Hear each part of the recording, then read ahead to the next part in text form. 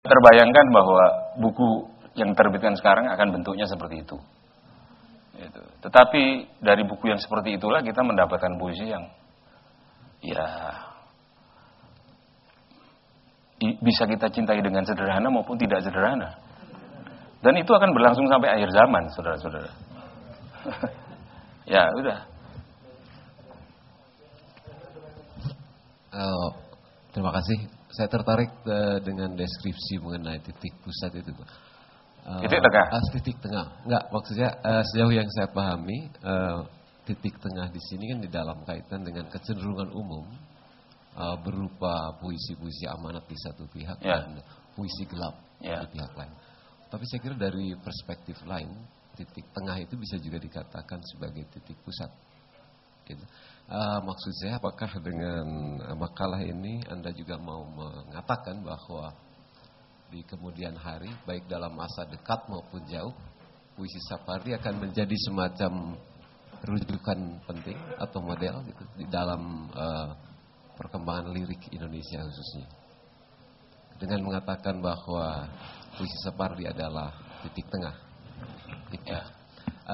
Itu yang pertama. Yang kedua, sejauh yang saya ketahui, Pak Sapardi juga banyak mempelajari sastra Jawa, meskipun mungkin yang dipelajari oleh beliau lebih banyak di dalam bentuk roman Jawa. Maksud saya, apakah di dalam puisi-puisi Sapardi sejauh ini kita tidak juga bisa melacak kemungkinan adanya pertautan dengan bentuk-bentuk hasil-hasil sastra dari sastra Jawa barangkali, atau yang lebih tradisional, di samping dari bentuk-bentuk puisi dari luar wilayah itu. Itu aja, terima kasih. Ya, titik tengah itu lagi-lagi sudah saya tulis, itu kan dua arti ya. Titik tengah di antara puisi amanat dan puisi gelap, ya. Yang kedua sebenarnya lebih tepat lagi di antara mannerism, konvensi di satu pihak, dan avantgardisme yang keras kepala di pihak lain. Saya menekankan ini karena pada bagian tertentu dari makalah saya mengatakan, memang kalau betul bisa saja Sapardi termasuk dalam avantgardisme kedua di Indonesia, tetapi saya lebih cenderung mengatakan dia berada di tengah, dalam arti dia melunakkan ekses avantgardisme. Ya kan? Kalau Anda bayangkan puisi Sutarji misalnya. Puisi Sutarji itu kan terlepas dari dia baik atau buruk ya. Itu kan wakil yang representatif dari avantgardisme misalnya. Misalnya tanda baca dihilangkan, ya kan? Tanda baca dihilangkan, kata benda menjadi kata sifat. Kata benda menjadi kata kerja. Atau bunyi-bunyi nonsens, ya, sepi saupa, sepi saupi, ya kan, zuzu kalibu apa dan seterusnya. Itu menurut saya salah satu bentuk avantgardisme yang representatif kalau itu mau dicontohkan. Atau puisi-puisi yang muncul di sebagian di majalah Horizon misalnya, ya, puisi-puisi Darmanto Yatman misalnya, yang mencoba berlaku multilingual gitu kan. Kan puisi Sapardi tidak begitu. Puisinya itu memakai bentuk-bentuk yang seperti dia katakan sendiri dan dia pilih sendiri, itu stabil bentuknya. Ya kan? Stabil. Konvensional di satu pihak. Karena kuatrin misalnya itu kan bentuk yang kurang lebih muncul secara universal, maksud saya di seluruh dunia. Dan sejak zaman lampau. Ya, bentuknya bisa macam-macam, makanya dia disebut kuatrin, ya kan? Tapi kemudian kan di tempat kita sendiri ada juga bentuk empat seuntai, ya, yang sudah juga diciptakan dari zaman dahulu, mungkin pantun bentuknya. Jadi bentuknya sendiri, ya, itu konvensional sebenarnya, ya. Tetapi yang tidak konvensional adalah cara dia mengatakan sesuatu, ya kan? Cara dia mengatakan sesuatu. Ada tingkat lain misalnya. Saya cenderung mengatakan dia melunakkan derau. Dia melunakkan disonans yang muncul dari puisinya Chairil Anwar. Dan dia tidak mengambil puisi bebas. Nah, kalau Anda kepingin contoh lain, kebetulan saya tidak bicarakan malam ini, mungkin tahun depan, Itu puisinya Gunawan Muhammad yang juga bertolak dari puisinya Khairil Anwar, tetapi mengambil yang dissonance, ya, mengambil yang derau, dan mengambil puisi bebas. Dingin tak tercatat misalnya, ya kan? Coba Anda bandingkan itu dengan Kawanku dan Aku, misalnya. Dan, nah ini perbandingan yang menarik, ya. Kalau puisinya Sapardi itu memusat menuju inti misalnya, puisi Gunawan itu lari dari pusat.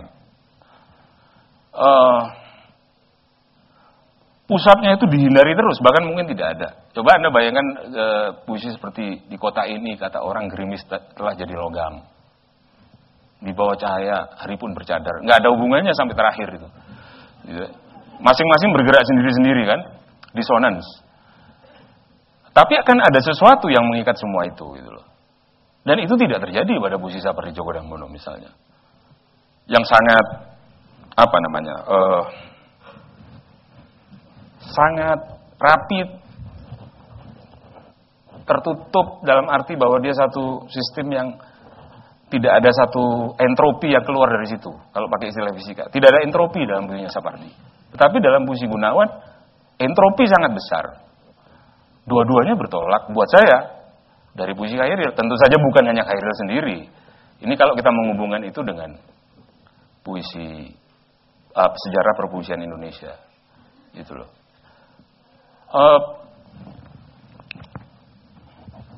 Titik pusat saya kira tidak, ya. Ya, bahwa ada orang yang mengambil puisi Sapardi sebagai model. Itu tadi. Jadi kenapa banyak orang mengambil puisi Sapardi sebagai model? Atau lebih banyak orang yang mengambil puisinya Sapardi sebagai model? Ya karena itu, puisinya itu bisa dicintai dengan sederhana. Kalau seorang, ini kita bayangkan Kasana Bahasa Indonesia yang penyair-penyairnya juga cuma membaca bahasa Indonesia kan. Kalau orang baru belajar menulis puisi, lalu ketemu puisi semacam prolog, ya, atau semacam sajak perkawinan di Dukamu Abadi, pasti orang kepingin nulis sajak yang kayak gitu. Karena itulah puisi yang bisa dicintai dengan sederhana, dengan bahasa Indonesia yang langgamnya sesuai dengan dia, ya. Ya, metafornya masuk akal, tapi juga ajaib. Ya, orang jatuh ke situ, terperosok ke situ, terperangkap. Tapi seperti saya katakan, pengaruh itu tidak ada masalah. Tergantung pada siapa kita melihat pengaruh itu. Pada Djoko Pinurbo saya tidak melihat ada masalah, tetapi pada Dorothea dan Gusti Ewi ya bermasalah. Itu loh. Ya itu seperti kita melihat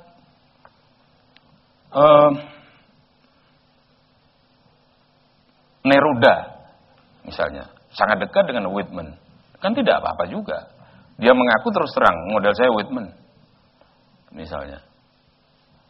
Atau penyair-penyair yang dianggap tokoh-tokoh modernis di Amerika mengaku terus terang modelnya siapa. Model saya Laforgue, Baudelaire. Yang satu saya ini Mallarmé dan Valéry. Simbolisme dua-duanya tapi bentuknya berbeda. Nggak ada masalah pengaruh itu sebenarnya. Dalam istilah yang netral, pengaruh itu kan disebut intertekstualitas dalam ranah teori sastra. Itu ya. Jadi bukan titik pusat, tetapi ya orang akan mengambil pengaruh dari mana saja. Ya kita bisa melihat pengaruh Afrizal Malna misalnya. Ya kan? Mungkin pelan-pelan kita akan melihat itu secara lebih jernih. Itu.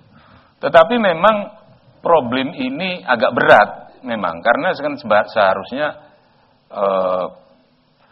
kalau prinsipnya itu pengaruh itu jalin menjalin itu kan akhirnya nggak ada batasnya gitu loh, ya kan?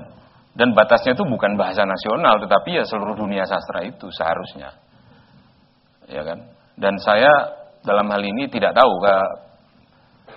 menjawab pertanyaan Anda yang kedua kan, yang Anda bicarakan roman itu ya, saya tidak bisa menjawab dan saya pikir enggak lah, itu tidak ada pengaruh di dalam puisi-puisi Sapardi.